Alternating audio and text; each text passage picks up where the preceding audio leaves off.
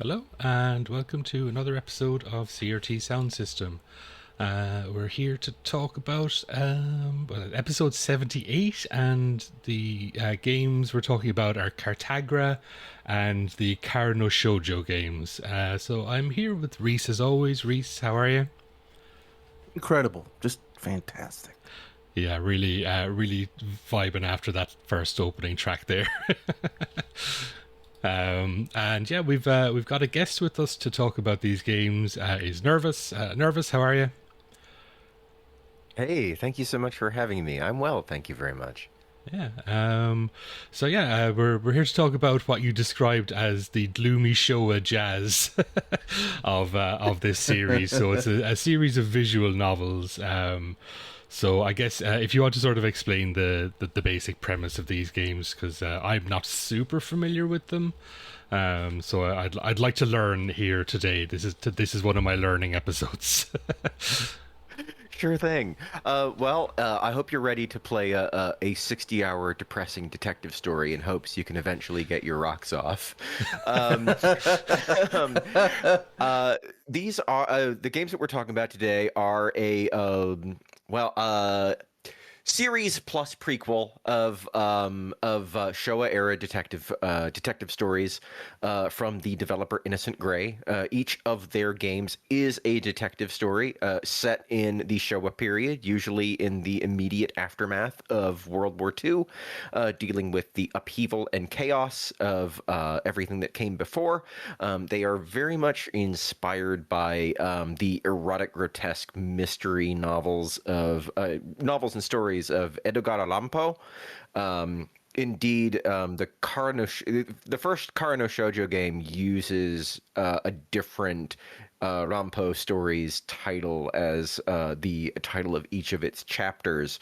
Each of these games, Cartagra and the Karanoshojo series, which has recently been relocalized and re-released as The Shell on Steam. They deal with different serial murder cases in the heart of Tokyo's metropolitan area. They're fairly transgressive and hard-to-stomach stories of extreme violence in the face of a country undergoing great change. And they usually concern a wistful detective doomed to solve a case after the damage has been done. Intelligent enough to figure things out, but powerless enough to save anybody. Each of them has a soundtrack by MANYO, which I feel are a very fitting accompaniment to what they're setting out to do. Absolutely, yeah. Like as I mentioned, I'm not super familiar with it, but I did play the first sort of half an hour, 45 minutes of Cartagra, and as you mentioned, it's gruesome. Just even that first, like that opening scene, but like the atmosphere is incredible. Just again, just between the music and like the sort of just the way it sets the tone and everything is absolutely brilliant. I mentioned to you in the green room before we started. I often tend to get bored with visual novels before too long. Unfortunately, it's just my brain. It doesn't. It needs something to do more than just clicking to the next dialogue box. But again, like, you know, what was there, what I did see was really enjoyable. I didn't sadly get to any of the porn though. If the porn is, well, I guess we're going to be talking about porn later, but if the erotic content of Cartagra is a bridge too far for you, but you're interested in the subject matter, an all ages HD remaster is due out on Switch in English sometime before the end of this year, which is I'd say it's a little bizarre, but it had an all ages PS2 port back in the day. But yeah, I think like these games in particular, it kind of feels like the erotic content is kind of tacked on to sell copies, and it would probably be just as affecting without it. But that's just me. I would agree. At least my experience was I also downloaded it with the intention of playing the first 45 minutes, then playing the first 5 minutes and going, oh, this game. Nice. And closing it immediately and going like, all right, I played this game both for the erotic content and the mystery, and it was like too much of both. Like in combo, and you're just like this sex scene is so fucking long. I don't know. I don't know how to process this. And of course, as the sex scene was happening, I was reading and shaking my head the whole time, just to let everybody in my empty room know I disapproved. Thank you for your service. Thank you, thank you. But so I didn't quite finish it before, but it was very affecting, and I'm kind of, it's tough to go to be like, I'm gonna toss on another, long series of visual novels onto the already like huge list of RPGs I would like to play. But I was very interested in this, and I'm excited to hear more about this. Not just about the story itself, but also like I think we're discussing this at an interesting time because the entire explosion with MasterCard and Visa limiting erotic content on Steam and itch, of course, hitting up, specifically to target queer subject matter as well. So I think this game is a very interesting, piece in that discussion, because you can make an all ages version, but there's something, it feels, the erotic content does feel superfluous, but it also feels like something that is a part of, I don't know about the series, but of that game. I'm always kind of think of it as like, oh, it's that 50s era, gruesome mystery that also you are, banging all the ladies in the mansion, is something that very much happens and is a big hunk of the game. I think it's interesting. I think it's true to its inspirations, which would have been pulp,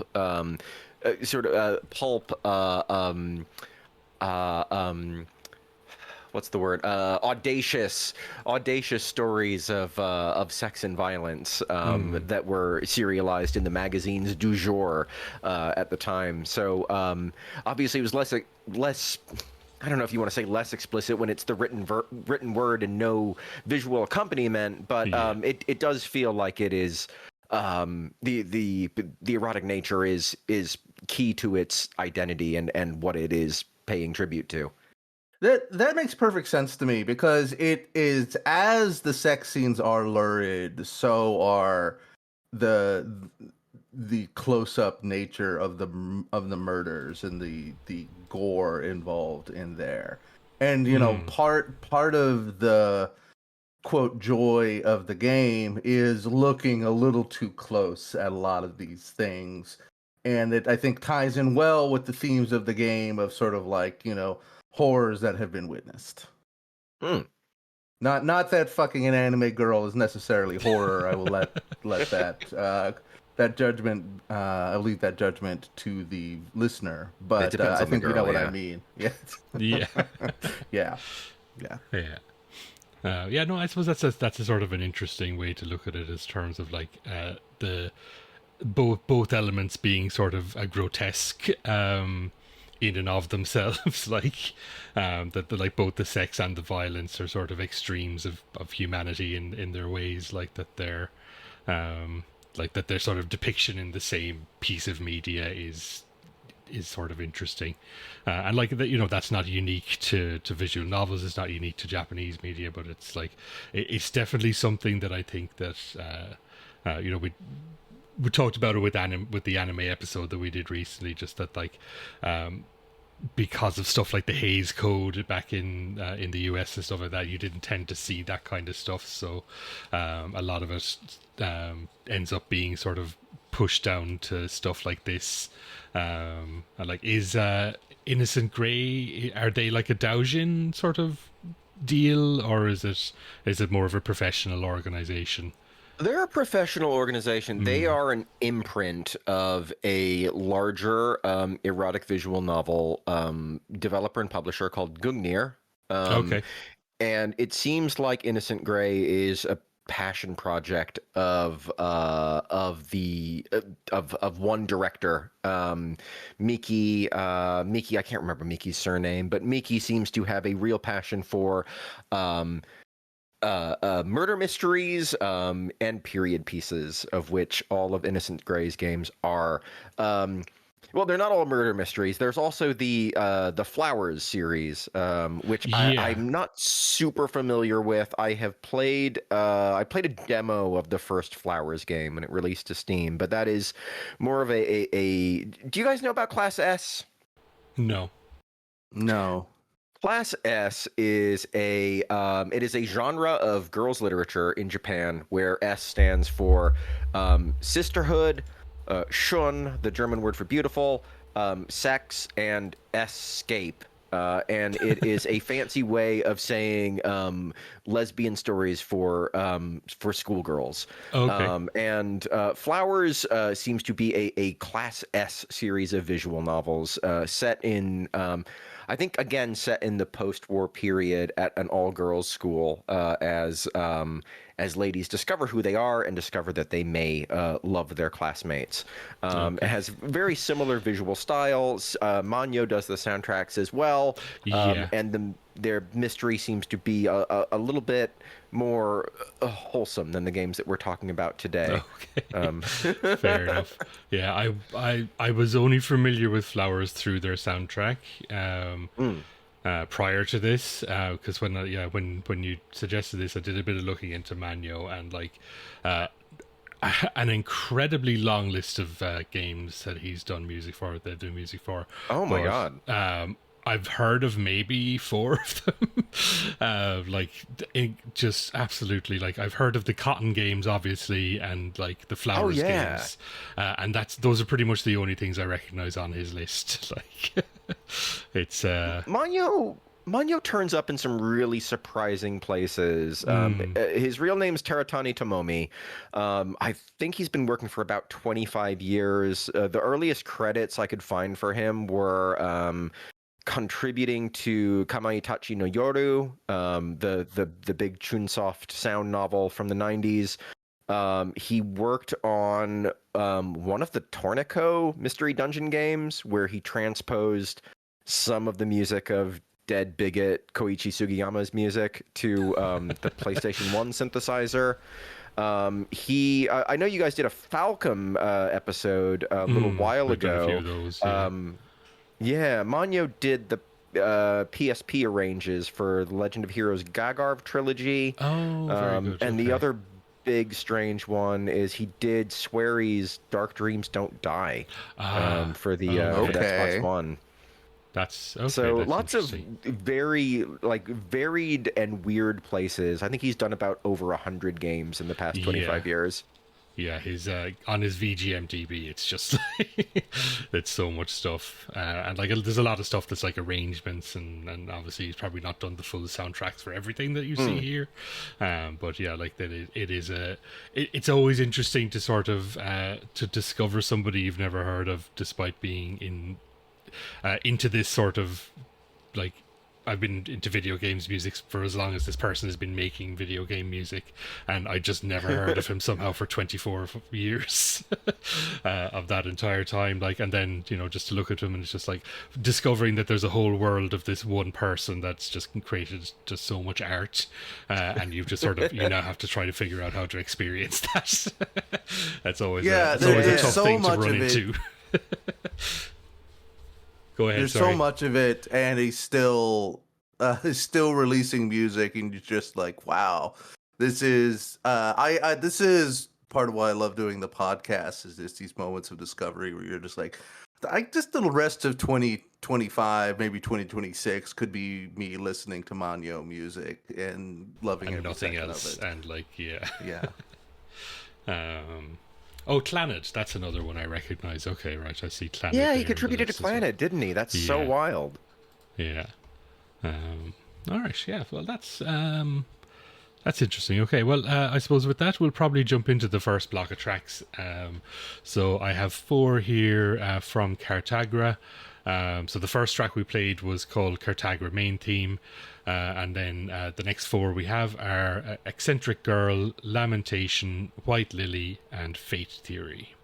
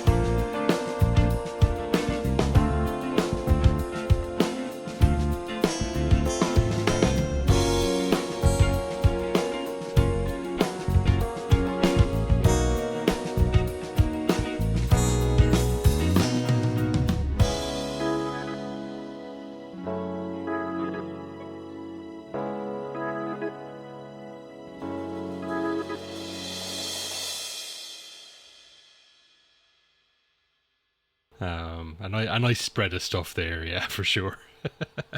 I really like that last one. Is just sort of like just that sort of like smoky jazz room kind of vibe to it. Um, Yeah, so that track and Eccentric Girl, they kind of feel a little Persona adjacent. I didn't want to say it. I was like, somebody owes somebody some money. We never want to say Persona Yeah. on this podcast, but I think they fit in all right with Persona 1. I'm a Persona 1 and 2 purist, so yeah. Yeah, no, there's definitely that vibe there for sure. Just as regards the sort of setting, you mentioned that like all of the games are sort of post-war Showa era in Japan. Is there like a particular thematic sort of through line for that, or does the creator just like the setting as in general, just aesthetically, or what's that whole deal? I mean, that's a really great question that I wish I had a definitive answer to. But it seems to be that this is, from what I get from this series in particular, is that this is a time of great flux and upheaval that allows for a lot of chaos to be bubbling beneath the surface of what's meant to be a brave new dawn for the country, which may not be as optimistic as the country's leaders, both in Japan and the allied powers that oversaw the treaty at the end of the war are promoting it to be. I feel like Lamentation, one of the tracks we listened to, which is the title screen music, kind of sets the stage for this transitional period. I may be reading too much into it, but we have this sort of mournful jazzy piano with these quiet hints of shakuhachi flute laid over a drum machine, which kind of gives me this idea of like a mix of old and new as this as one period gives way to another as Japan transitions into its stewardship under the United States and into its post-war era. Yeah. And I suppose that sort of introduction of like Western culture to Japan in a major way post-war is probably an element of that too. Yeah, I was just sort of curious about the setting, because I think like it's obviously quite a rich thematically, just that idea of a whole society, a whole culture being in flux and sort of in search of an identity, like the way Japan would have been after the war, is obviously something very interesting. But I wasn't sure sort of where that comes into it in terms of like, here's a bunch of gruesome murders, go solve them.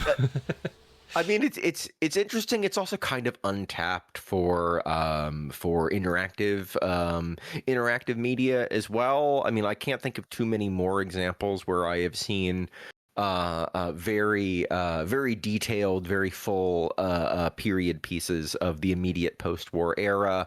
I'm not just Rampo. I'm a big fan of the manga artist Suihiro Maruo, who also deals with a lot of post-war chaos and flux of a country trying to rebuild itself and hampered not just by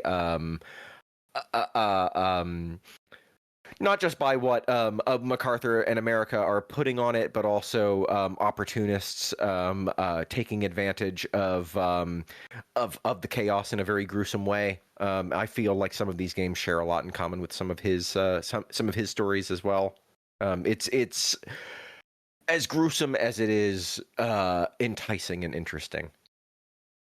Yeah, my vibe from Cartagra too was that like thematically the setting was super important, but it does kind of melt into the background as you start playing the game a bit, and it becomes so much more about the sad detectives, kind of like moment to moment feelings and investigation, and sort of like the only time it like rears its head was just sort of like the nuts and bolts stuff with with they're like not having easy access to phones, stuff like that. So I do feel like it's good thematically, but also I think it's just a great setting for a murder mystery. There's not a lot of contrivances for the kind of like desolate, dangerous, scary place that you're in. It's just fucking like that at this time. They go a little bit further in some of the later entries, particularly the Karanoshojo games. I do wish Sure. they went a little bit further, but ultimately, like these are anime games first and foremost. So so they are most concerned with being visual novel stories with enticing ladies, but we do see a little bit more devotion to setting the sense of place, particularly with Karanoshojo too. I'd be curious if there's any translation stuff that happens with that too, where it's kind of maybe a bit papered over because people in the West wouldn't understand it as much, so they just call it.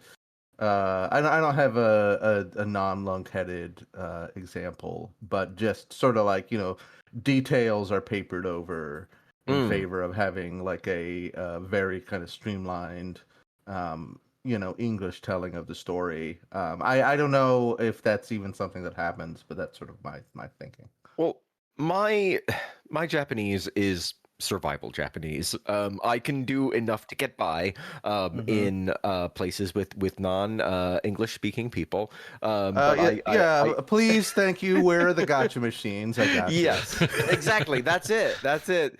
Gacha wa doke desu ka? I understand that these games are written in very, very dense, period accurate, and very like law term heavy Japanese that makes them nearly impenetrable. The initial manga gamer translations are they try to adhere to like a period analog. I don't want to be bitchy about anybody's translations. And I think all translations are beautiful. Everybody's doing a great job. The shell translations by Shirofune, they are a little bit more modern and colloquial. And while I think they're good, I think anybody complaining about them is probably complaining about nothing. I do feel like there is something maybe a little bit lost in these recent relocalizations where you get more modern language. That's just me. I can see why you would do that to make your game more understandable and enjoyable. But I was maybe hoping for localization is really hard. Localization is really hard. I don't begrudge anybody for what they do, but I was hoping for maybe something a little bit more old timey in English in the recent releases, which isn't there. Yeah. But it is what it is. It's still good. Yeah, I suppose that's often a problem, especially with games that don't get official releases, and even with games that do get official releases, is, but like with like sort of scene or like fan translations, there you do get that that famous thing of like making every time somebody says like kuso as like the worst possible slur you can think of. Like this is Dragon what the Ball censors Z, at Square didn't want you to see. Motherfuckers. Like, just Goku calling everybody a cunt and then flipping them off. Like because it's the one I played was the Manga Gamer edition. I don't know, is that considered a good translation or not? It didn't seem the only too bad. translation of Cartagra at the moment. Okay. I'm not sure who's doing the all ages version whenever that comes out. But yeah, I think that's really good. I think Manga Gamer's Karanoshojo is really good as well. There's some recent versions of Karanoshojo by another translation house. It's Lemniscate who did. I think they did some of the recent science adventure games. Not Steins Gate, but maybe anonymous code. I mean, don't quote me on that. I might be wrong. They've done a good job. It's different from how Manga Gamer handled it, which was very much more digging into the period. I assume if it's not machine translated, we just fall on our knees and thank everyone involved. Oh yeah, for sure. And again, to be clear to people who like those fan translations, like it's not a dig against them or anything. It's just, you know, that was the style, you know, and that was sort of how I started getting into Japanese media was that kind of shit as well. So like, you know, it's not to denigrate it at all, and obviously like it's hard work regardless of what the result is. Like, and I wouldn't want to sort of put anyone down who's putting in that effort, because it's certainly more than I could ever do. But it is like there is definitely like a cliche of that at this stage in terms of like fan translation stuff. But I suppose I wanted to go back to the story and sort of how it relates to the erotic content. Like this is a stupid question, I suppose, because it's just erotic content, but like how do you end up going from whatever this is to sex? like just taking this whole, like the whole concept even of just like having this guy who at the start of the story he's just like, all right, I'm just going to live at this brothel. And just like it's just very funny that they're just like, all right, time for me to live at the brothel while I do some part-time detective work.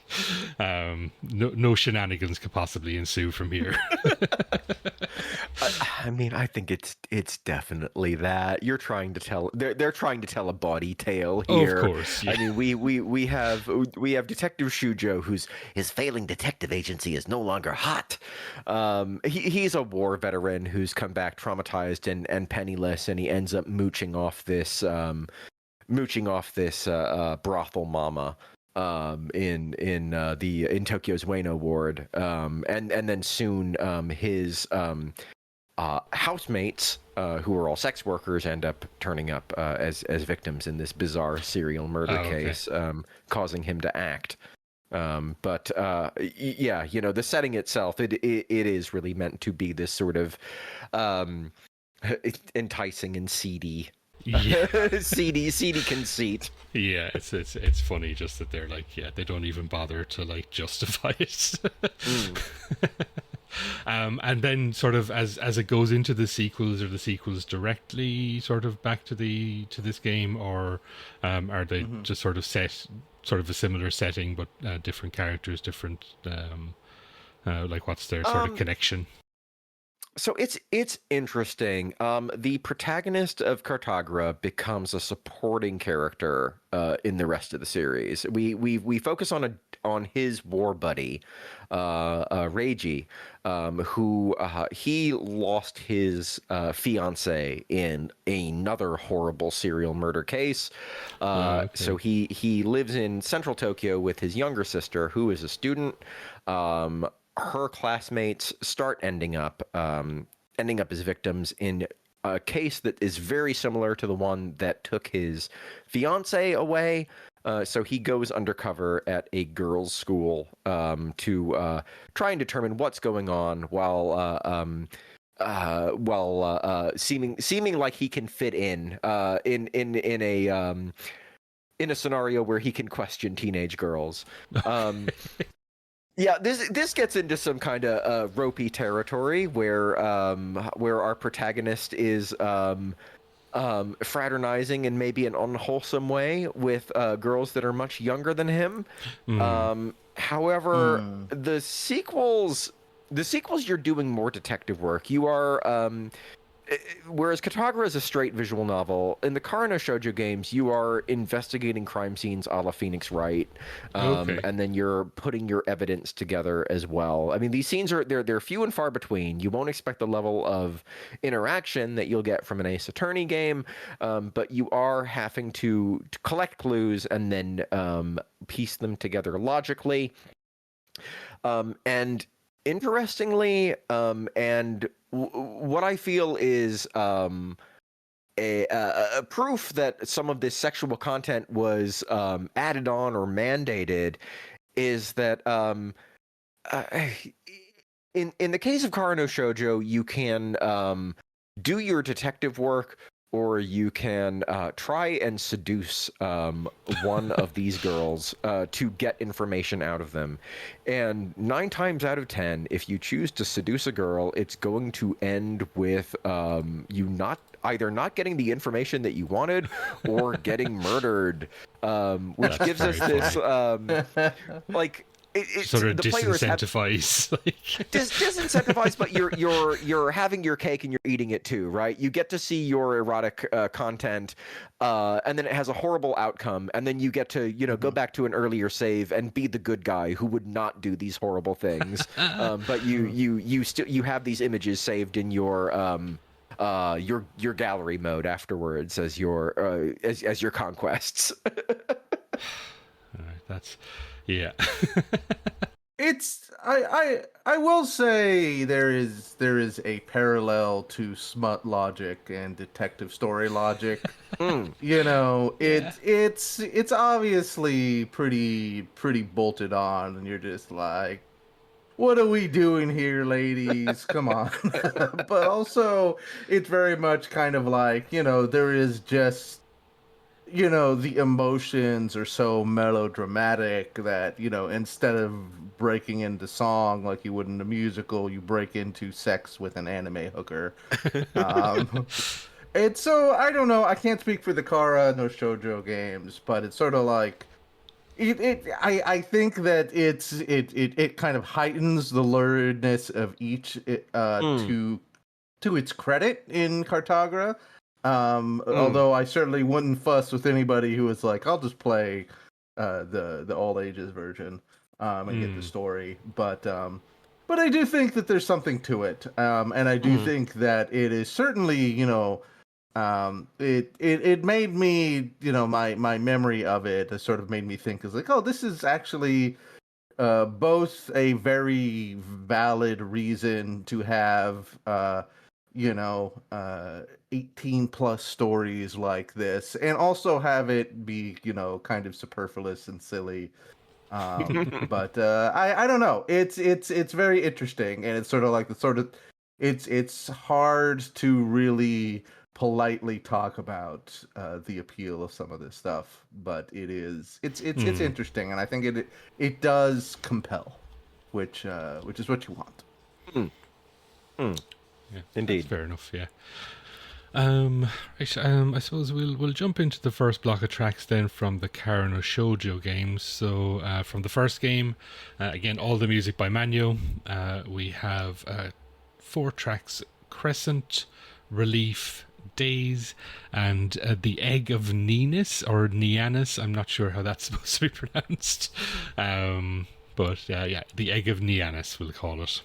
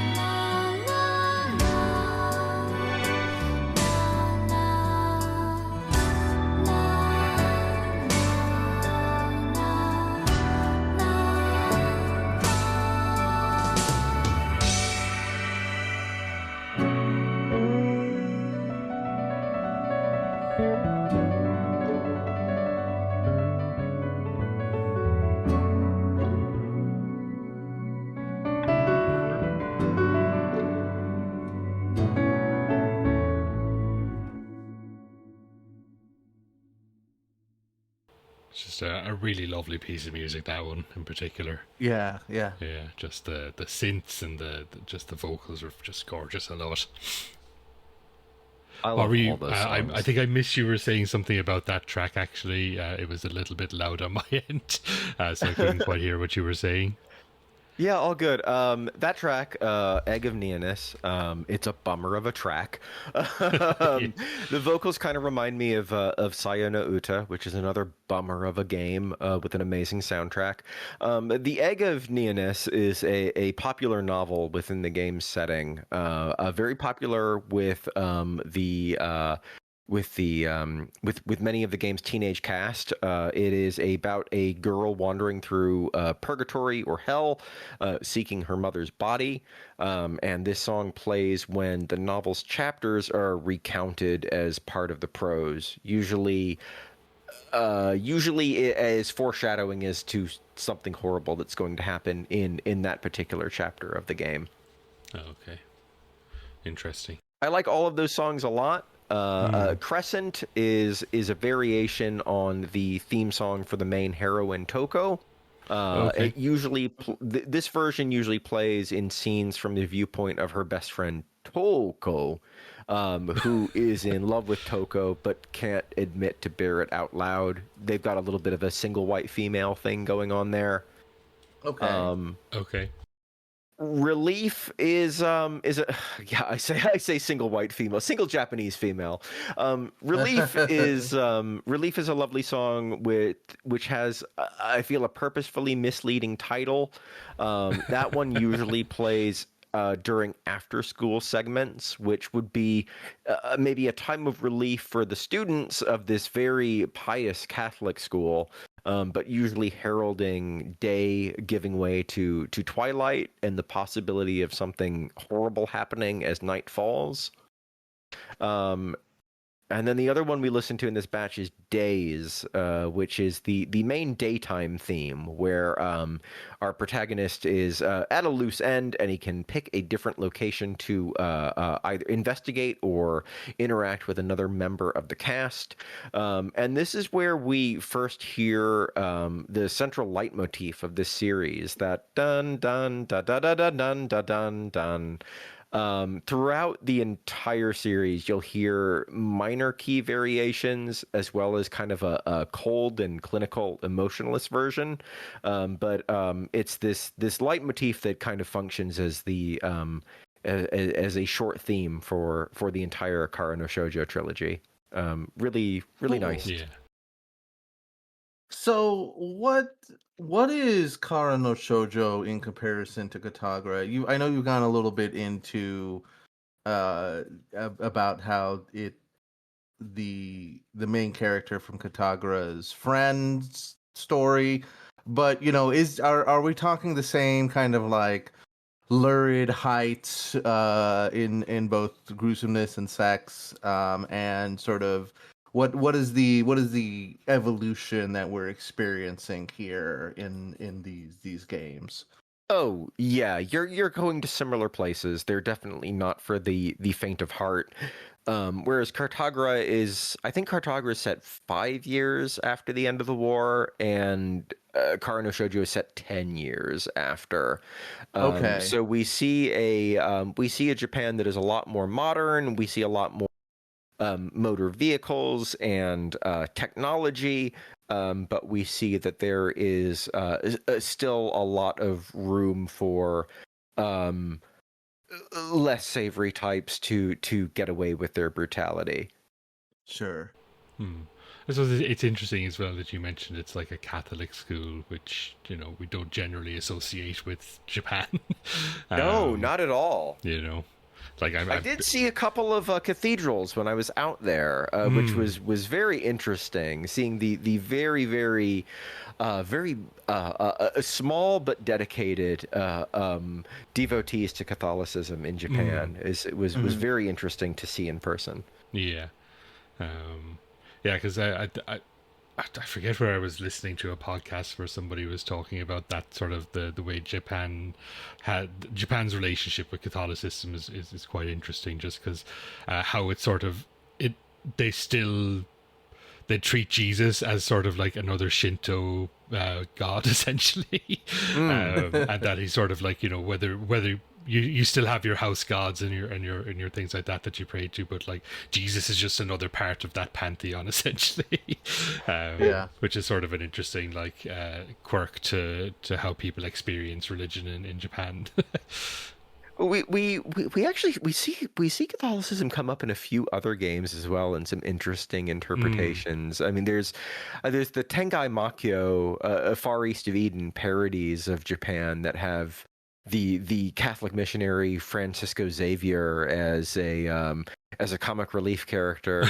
But then there's also Samurai Showdown, the main villain of the Samurai Showdown games. Amakusa, I think, is based on another Japanese devotee of Catholicism who uses the power of Jesus to throw fireballs and do evil magic.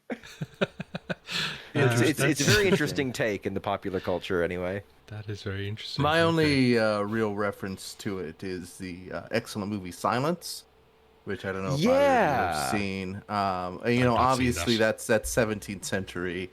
But you know, it looked like a bummer. I didn't want to see it when it came out. I was in a bad place, but it looks like an interesting one. It's, I mean, you know, it is a bummer, and it's you know, it's very interesting to the way the movie contrasts sort of like the Eastern like way of kind of like absorbing. I don't know how to put it. It's kind of similar to what you're talking about, but they kind of like give everything to Jesus in a way that is, I don't know, like too intense, like even for the Jesuit priests, where they're just like, dog, we gotta chill to survive what's happening just a second. They're just like, no, you said Jesus is gonna save us.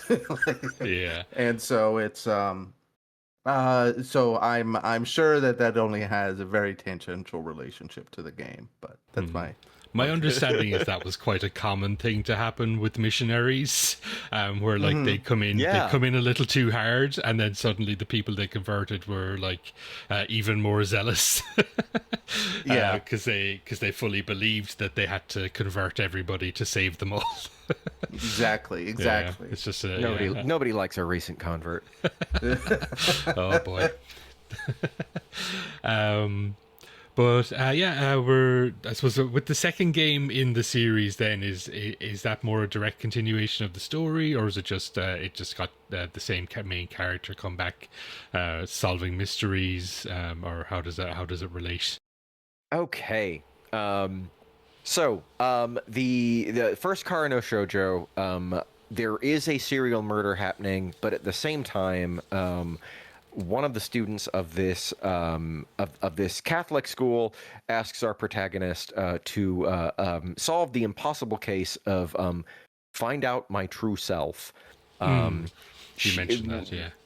The first game ends on a cliffhanger. And the second game involves him trying to find out exactly what was going on with this person, as well as we get a flashback to the pre-war period, a very, very lengthy flashback where we go from Tokyo to a village in the countryside, which seems to be small and a friendly, homey countryside hometown, but is bearing some dark secrets of its own. And Karanoshojo, the second episode, involves how these two cases that seem unrelated ultimately tie together very closely. I suppose the next question I wanted to ask was, like we've talked a lot about the erotic content, but like most of it seems to be heterosexual. But you did mention that this was a Yuri game as well. So like, is that like how does that sort of play out? I guess if your main character isn't involved. Well, I think the Flowers games are more of the Yuri games, which are also non-erotic. There is a relationship in the first Karanoshojo between the two Tokos, Toko and Toko, who has desires for her best friend, and there's some of these scenes played out in her fantasies, but yeah, you will occasionally swap perspectives from our protagonist who's trying to solve the case, and then other ancillary characters in different degrees of focus and importance. Interesting. Okay. I was just curious where that sort of came into it. Yeah. It's slight, and as far as I've seen, it's only in the first Karanoshojo game. I haven't seen it in 2, and I haven't gotten around to 3 yet. That was only localized in January of this year. So really? Wow, that's very recent. On my list, but it was a big delay for that one to come out in English. Wow, yeah. Because when did the second one come out even? Oh my god. The first game is, I think, 2009, and then 2012 in English. Second game was 2013, and then 2016 in English.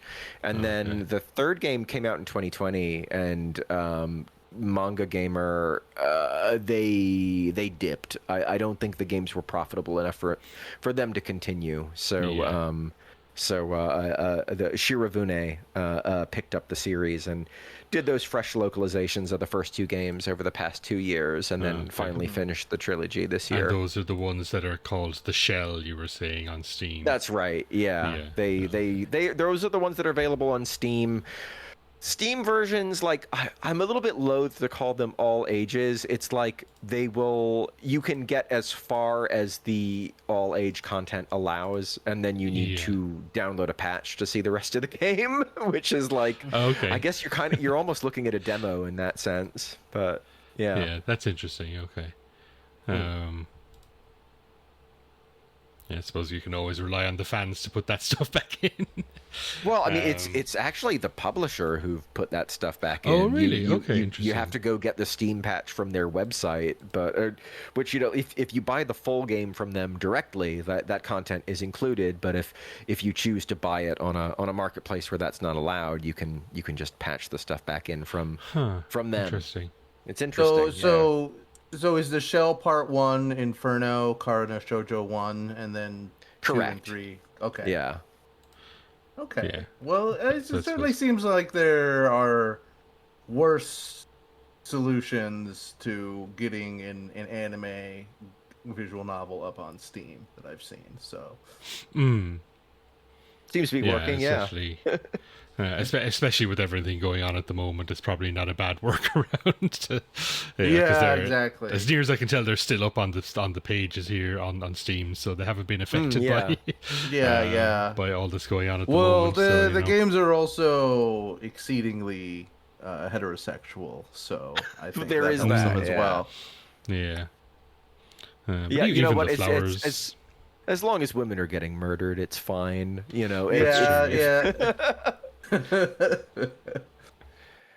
Flowers. It's very thematic and implied rather than anything explicit. There's they're peculiar ones. I hope to give them a closer look at some point, but they seem like they're more to titillate than actually show anything explicit.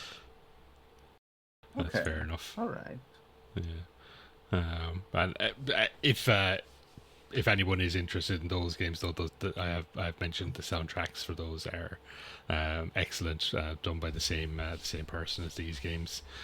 So if you like these, which you should, definitely check out the Flowers games. I can vouch for those as being very good soundtracks, even if I haven't played the games.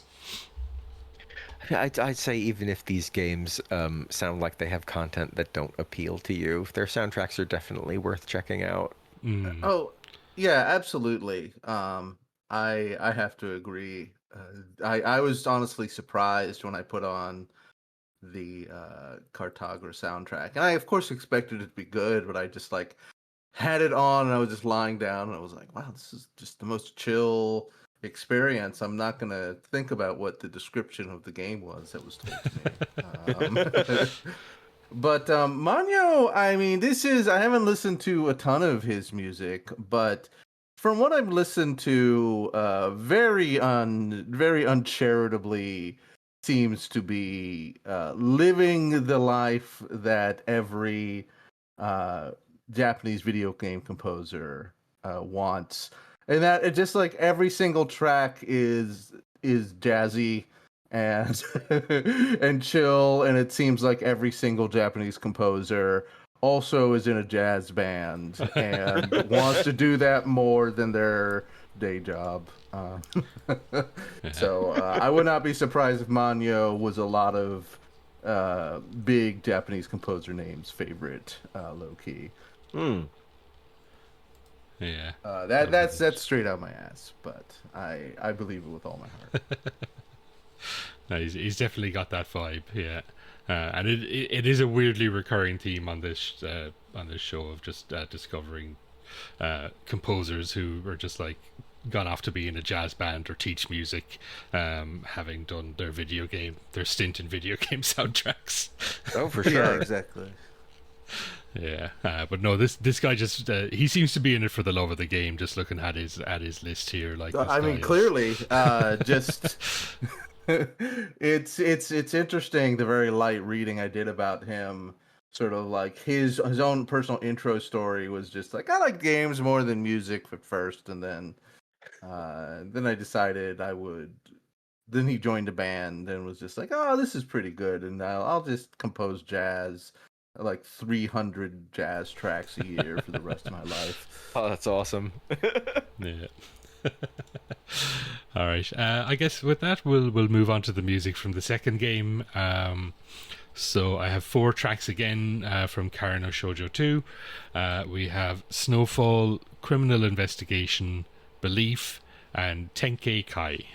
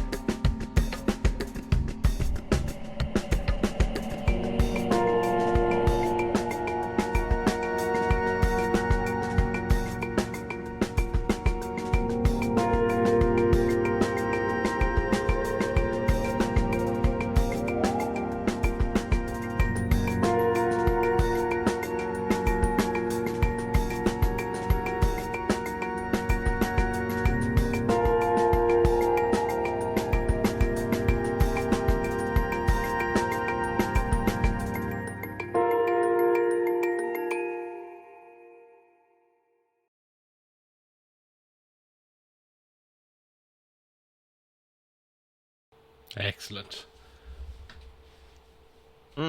Incredible. That last one, Incredible. I'd sort of forgotten about that since I put together the playlist. And yeah, that was one I really, really enjoyed when I was going through these to put together the playlist. At this point, quite a few months ago, just for some behind the scenes, we had to cancel the last recording of this episode because we had a major disaster in my house. Yeah. Caused by myself, but nothing I could do about it. So yeah, this That's playlist very has sort of been noble. done That's for very a noble. while. I absolutely would have blamed my son who could not defend himself. Were it me, even if it was my fault. So I just want to give you kudos there. Thanks. But yeah, I'd like all of those tracks. I think are a lot more interesting stuff going on. I think in them. Like obviously not that there's anything uninteresting about the previous tracks, but there's just I think just compositionally and sort of like in terms of arrangement and production, they're sort of doing a lot more. Like that first track, Snowfall, has that like really disorienting sort of the stereo panning throughout the whole track. Yeah. In that synth, and it's like it sort of really puts you off balance. It's a really interesting sort of technique, and then criminal investigation is just a lot of fun. Just definitely the sound of a criminal investigation happening for sure. Snowfall is 100%. Snowfall's go ahead. really nice. I feel like it's this really nice mix of something that feels quite uplifting, but is also a bit disorienting with the binaural vibrations of what's coming in on what side of the stereo. That track usually plays during the pre-war flashback sequences in the aforementioned village, where I mentioned it's hiding some dark secrets beneath its blanket of snow, but there's still space for the main characters of this chapter, the villagers, to enjoy their daily life together during winter break, when everything's shut down and the snow is falling, and they can just enjoy each other's company without any other daily stresses. Criminal investigation is actually another interesting one. There's a similar song that it plays during your criminal investigation scenes, as you would imagine from the title. There's a similar song that plays in the previous game, which sounds a lot more desperate and forceful and overwhelming. But by the second chapter, our hero has been through the shock of the first game, and we can hear him through this track, maybe for better or worse, settling into the new normal. He's still in the midst of investigating something horrible, but everything he's been exposed to has maybe defanged things, and we have this piece that feels a little bit more methodical and chill. That's my take, anyway. Yeah, absolutely. I would say that my reaction to these as we go through, from game to game, is that we're reaching a place where Manyo's work feels like a lot more daring, and I'm not sure whether that's a reflection of the series or just the confidence as him as an artist.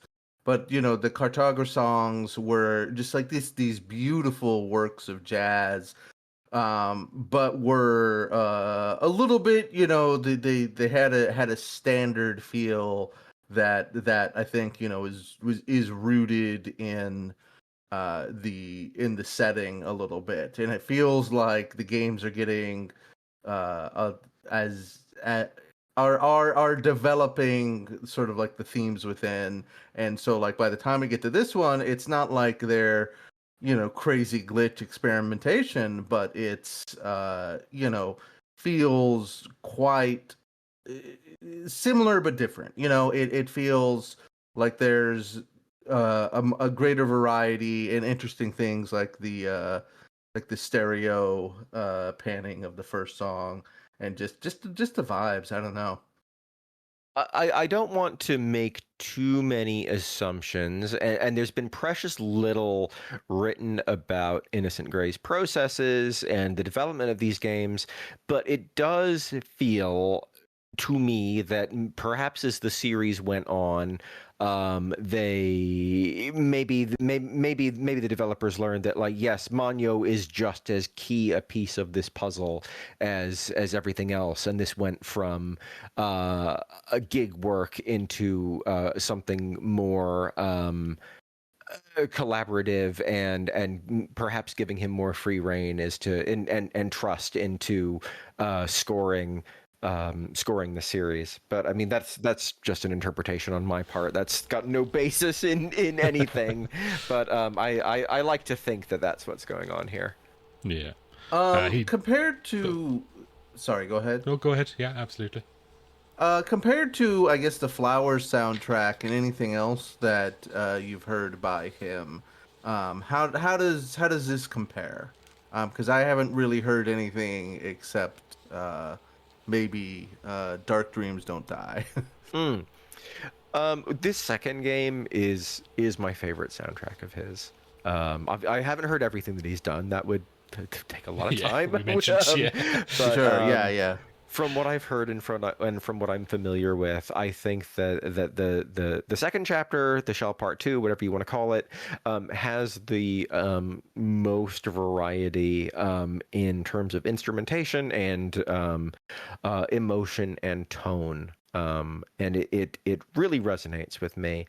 I like almost everything that I've heard from him. I think the most recent soundtrack put out is a game that came out last year, another period piece, not from Innocent Gray, but from another developer. The game is called Hihiru.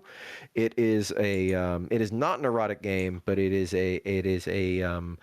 a supernatural story set in the Taisho period, where the dead are returning to life, and it has a sort of similar feel of this mix of sort of jazzy arrangement with older instrumentation.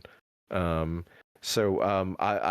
it seems like that's what he enjoys doing, and I like it when he is free to do that. Yeah, certainly the Flowers soundtracks are sort of in not dissimilar to Karanoshojo. Like a lot of nice piano, sort of like ballady kind of stuff. With some sort of interesting, more upbeat stuff that sort of got a little bit of more of a funk to it. But yeah, I do like that when he goes a little free jazzy. Yeah, absolutely. Yeah. Flowers I'm a little bit less familiar with. I mean, I remember playing the demo and thinking that the soundtrack was nice, but it hasn't stuck with me in the way that these games have, and maybe that's through lack of exposure. But I don't want to assume, but I feel like he was probably going for something a little bit more understated to fit with those games' setting.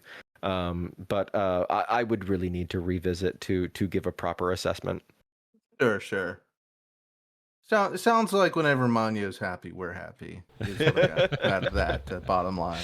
Yeah, no, it's definitely something now I'm going to have to do a bit of digging into his back catalogue and find some of the gems in there, because it's always daunting but always enjoyable when you discover somebody new that you can just sort of dig into and know that you'll probably never really get to the bottom of it. Agreed. Yeah. Oh, excuse me.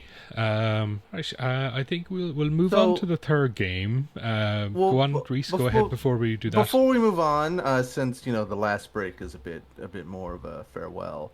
Yeah. I'm just curious about the third game, which we're about to listen to. Nerve, what would be the perfect experience for you? What are you hoping that Karanoshojo The Last episode will deliver? And I guess kind of like what I'm getting at with that question too is sort of like what do you get out of visual novels? What do you get out of visual novels?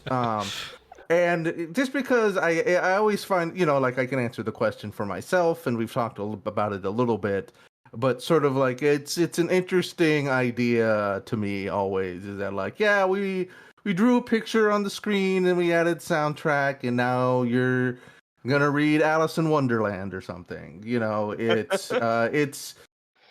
It's a very interesting idea to me, and sort of like, as they've developed, they've added things like, tactical combat, like in the 100 line, but in this you're just kind of doing light investigation stuff, sounds like. So it's still mostly just visual in novel. So I don't know if that question's answerable. I'd be curious.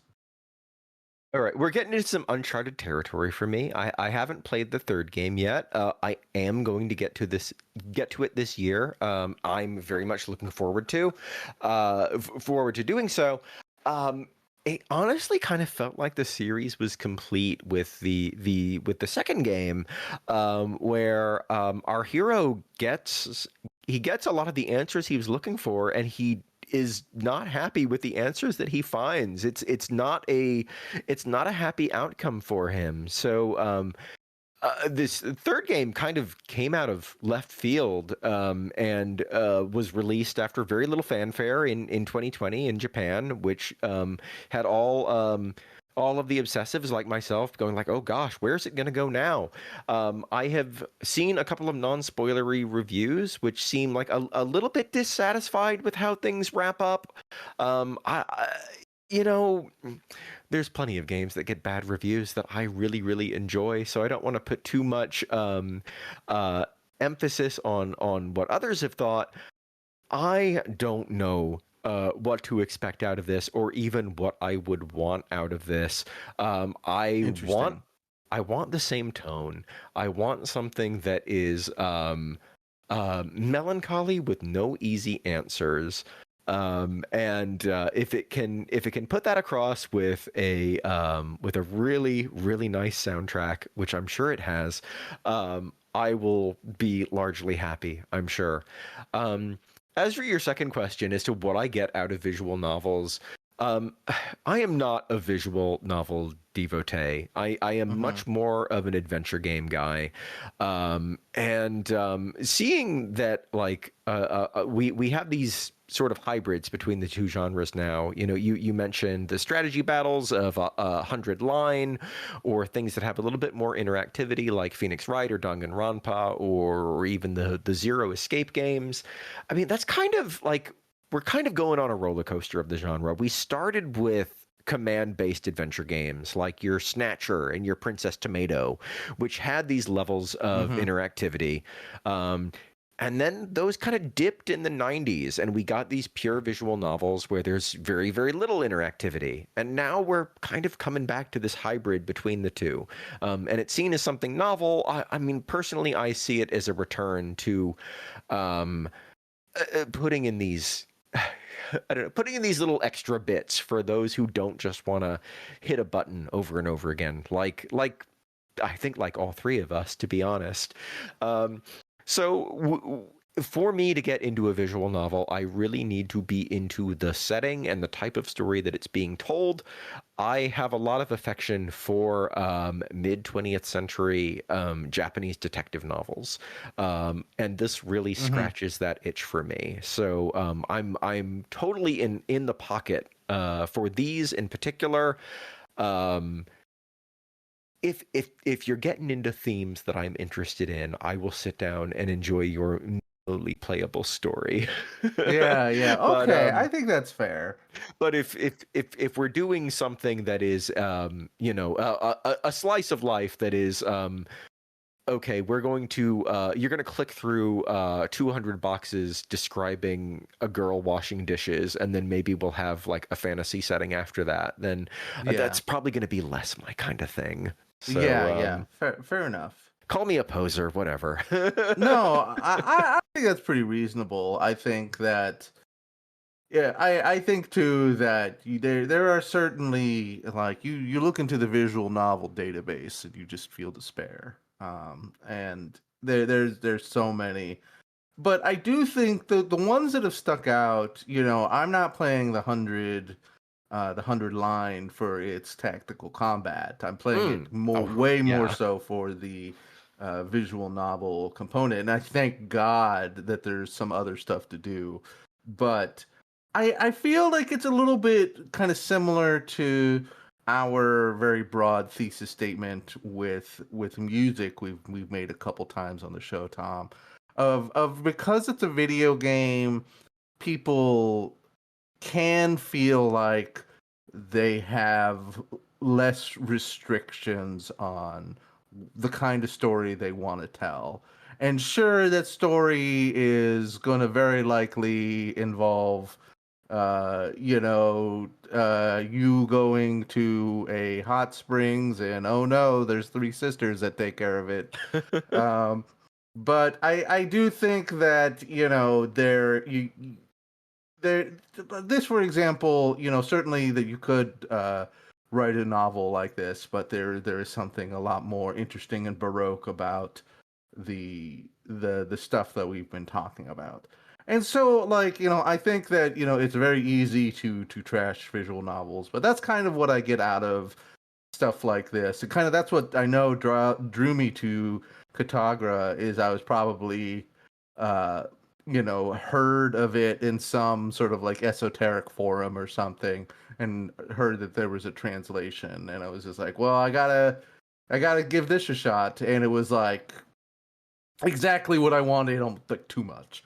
And so that's it. I don't know, I was just a little curious about the discussion of the form, because it also is a little silly where you're just like, what if you put a book on the computer? And, I don't know.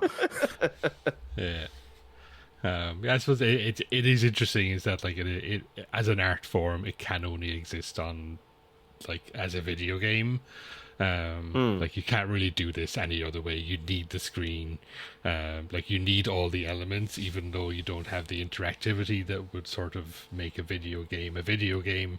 To a purist, like it is something that is unique to the media.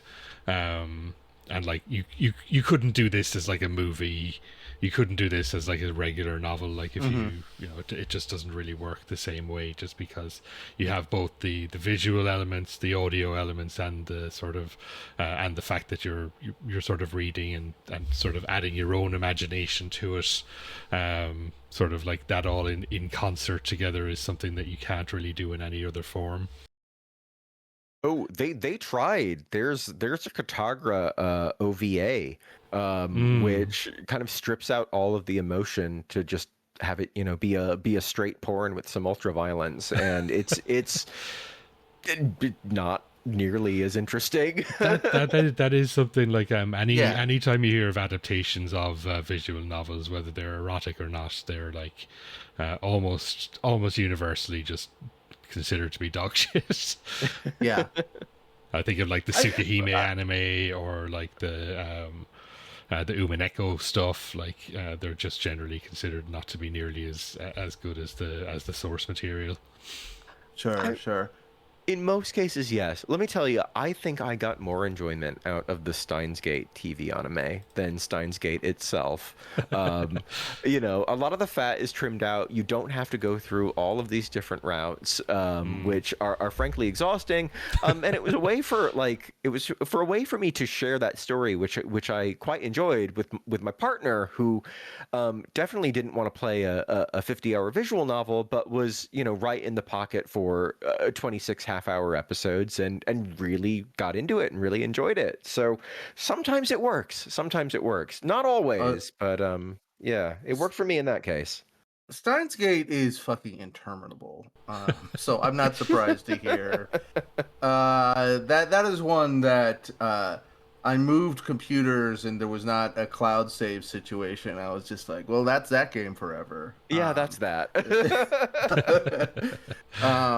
And I do think that there's something to be said, Tom, about the form as well, where I think the games that deal with that are best received and I think are the most enjoyable are the ones that kind of lean into the form that's developed.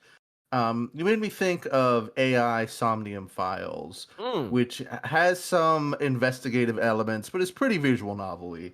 But so much of it is about these kind of like big branching pathways where you'll incept into somebody's dreams and do some investigation. And depending on kind of what you find, you have these branching pathways, and that's very common to visual novels now, as you have the story route map, right? Kind of showing you what scenes you need to see.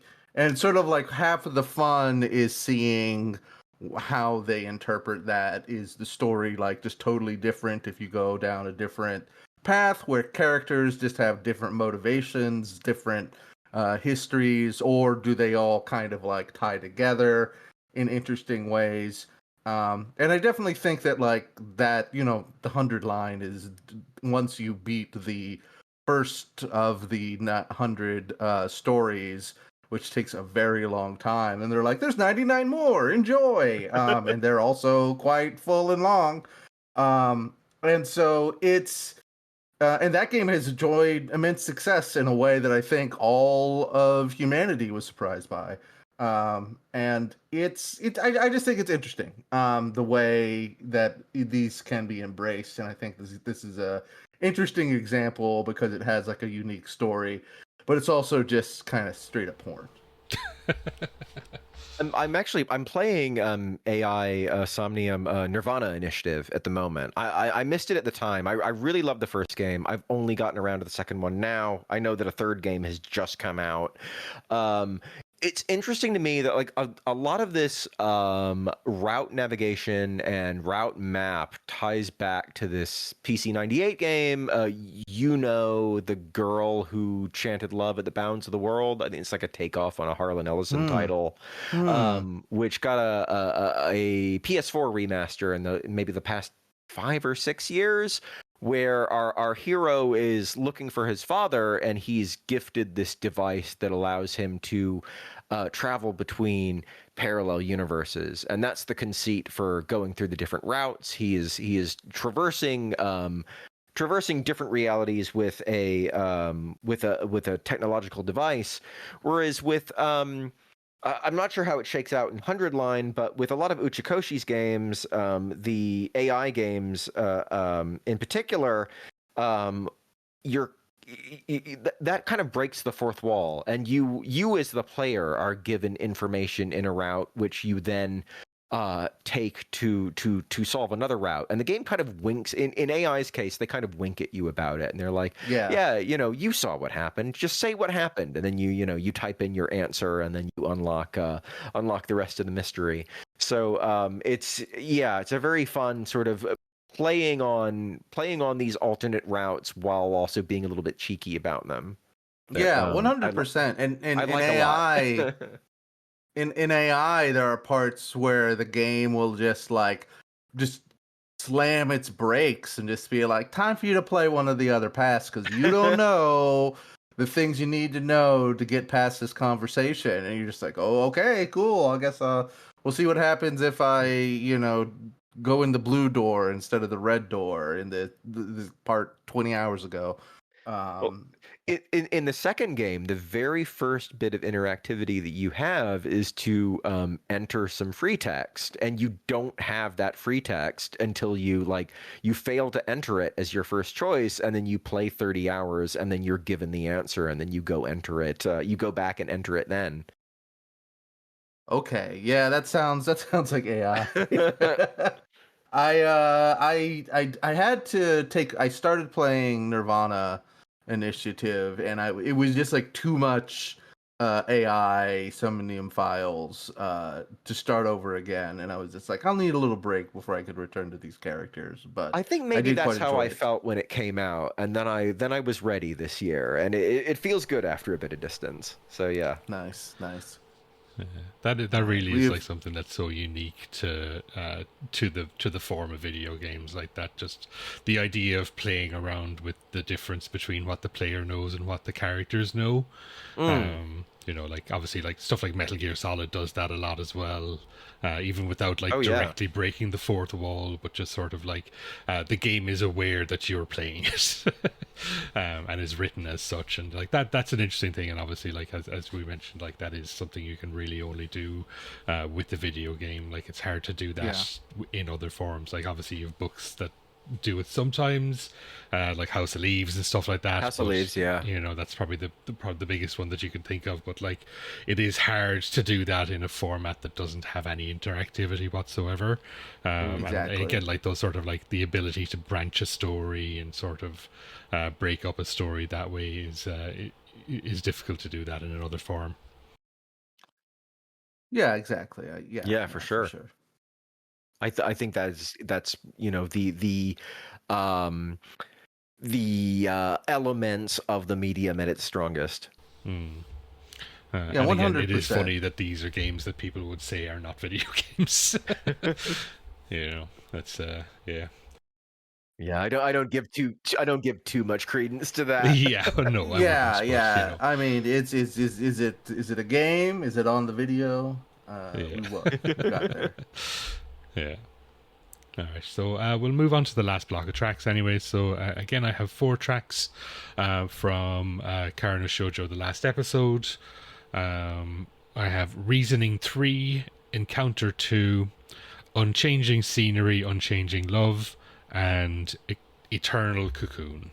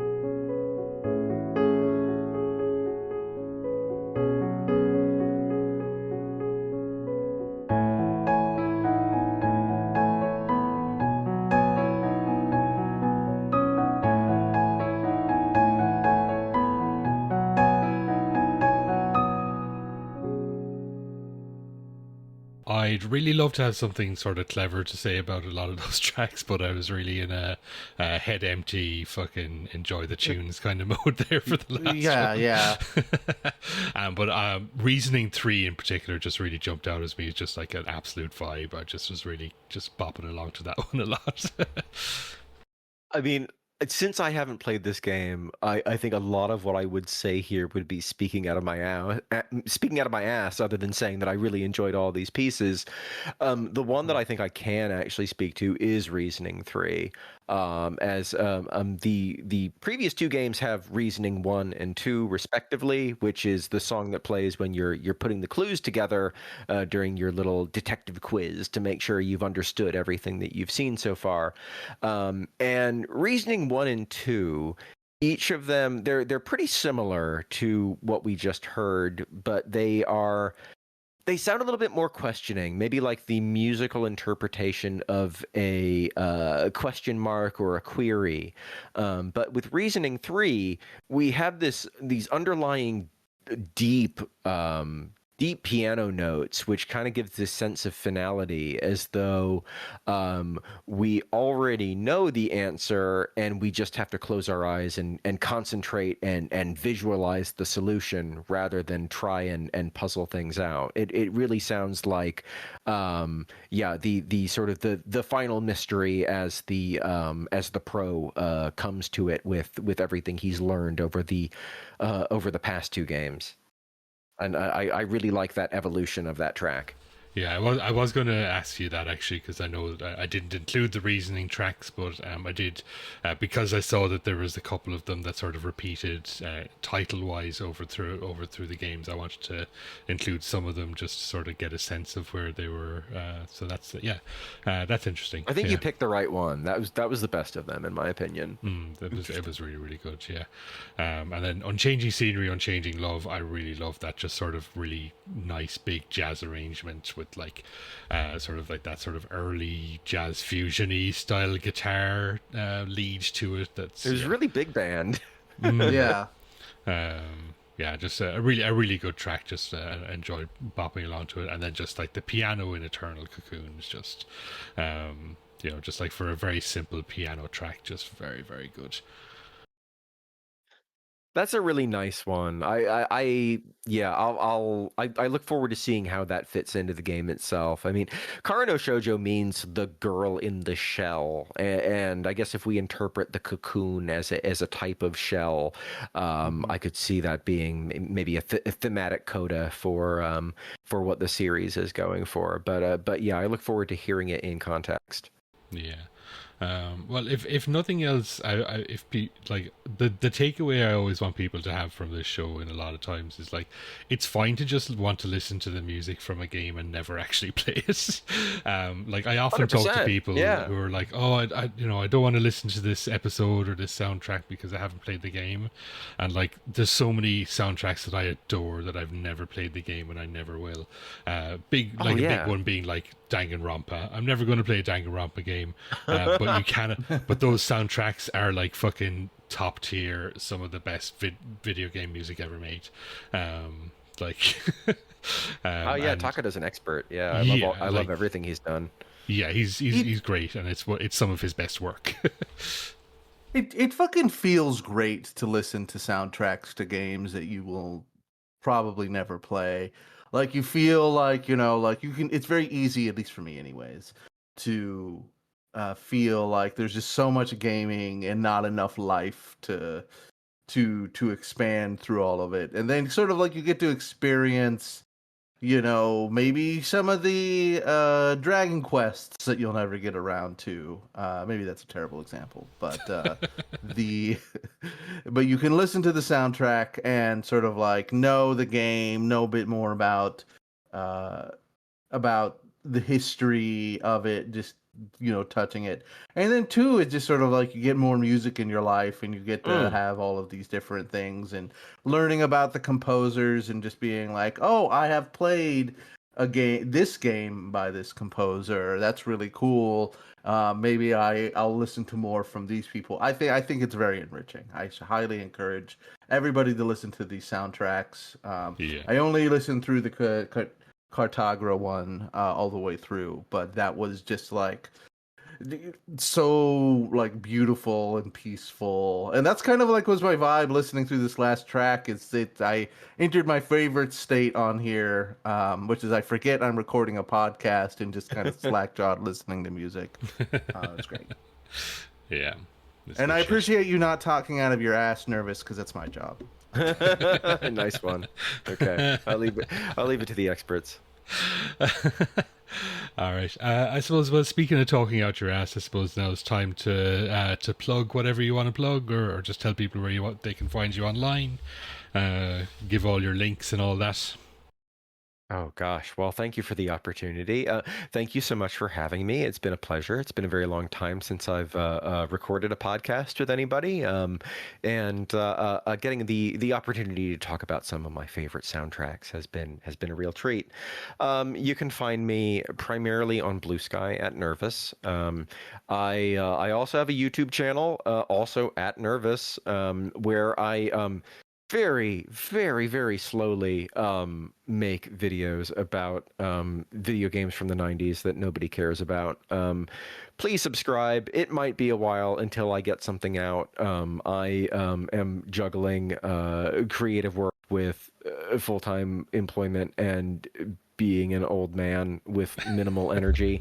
If you do come hang out, see what I've put out so far. Eventually I will have something else for you to enjoy. So thank you. What was that? What was your big video that about that PS1 kind of horror game? Oh What yeah, game was that? Hell Knight, for the little known PlayStation 1 horror game with no offensive verbs. You are running around a bomb shelter beneath Tokyo, and all you can do is to run and to keep running, as the game's opening crawl tells you. It is probably one of my favorite games of all time. Another very strange and sparse soundtrack. So if you want to know about some obscure PS1 horror, I got you covered. Check that one out. That one was served up to me. Yeah, that one really broke containment. Yeah, and then I was just like, yeah. And then I was just like, oh, this is old Nerve. That's great. And I've watched all your other videos, and you're threatening to be the only good YouTube channel out there. So congratulations. You got to check out Nurvuss. And it's been, honestly, I'm really excited to have done this and to podcast with you again, Nerve. So thank you. Thank you for coming on. That's very kind of you to say. Thank you so much. Yeah, no, it's genuinely Reese has been like, we need to get Nurvuss on for like the whole time we've been doing it, and yeah, just I've never Super had flattered. Thank you. Yeah, just like and yeah, just I've followed you on various places for a while, but yeah, it's that one video I think was the one that got sort of thrown up to me on the algorithm as well. I think it maybe got shuffled into sort of people like Thor High Heels and that kind of those sort of spooky videos about video games from the 90s that sort of feel weirdly what's the word, like like they're from another dimension. Yeah. Which Hell Knight definitely does. It's that's a strange old game. Yeah. There's a few YouTubers on that grind now, like Madular and Dungeon Chill and stuff like that. Oh yeah, they're great. But they're great, but can't hold a candle to old Nerve. Very kind of you to say. I've got my one video out, and nobody will ever pay attention to anything else I do. And you know what? That's fine. I did the one. Your other ones were very good. I enjoyed your top 10 list. Thank you. Yeah. Anyways, I would like Nerve to return, so let's not scare him off. Oh, hey, yeah, anytime. It would be a pleasure. We have a different subject that we've discussed doing a future episode on as well, so I will absolutely get back onto you to see about doing that in future. Sure thing. Yes. If I ever pull my finger out of my butt and do another podcast, you are both very welcome. But yeah, please, that's very much a if. Yeah. Absolutely. Yeah. So Reese, I can tell you, it takes up a lot of time having a job and being old. Just almost all of it. Yeah, it sucks. yeah, it's tough. Reese, have you got anything you want to plug this week? Check out Existential Warfare, my podcast about the good things in this dog shit world. I would like to get another one of those off the ground, and the best way to inspire me is to listen to the old ones. Also, there is Video Games Are the Worst Thing on Earth, a dark and sinister podcast about video game culture. And you can find me at Reese R. Writer at any of the places where it's worth checking people out on. Fantastic. Links, as always, will be in the description. As for ourselves, we can be found on Patreon. If you want to go give us some money, I'd like money. Give it to me. Yeah, I say you can throw us a few bucks, just to sort of help us with hosting more than anything else. You can get some bonus episodes if you like a mixtape of some video game music. I still have to edit that mini episode that we recorded like a month ago. I'm really sorry, Reese. I've been letting the side down on that one. I'll get around to putting that one out. I will accept your apology when the episode comes out. When the episode comes out, yeah, fair enough. You can find our link tree in the description as well for all our socials and everything like that. Link to the Discord is in there as well. Come hang out in the Discord, and we'll talk about video game music with you, or anything else really, I suppose. Last track we have then is another one from Cartagra. It's called Luna, and again by Manyo with vocals by Haruka Shimotsuki. Thanks Nurvuss, thank you Reese as always, and thanks everyone for listening.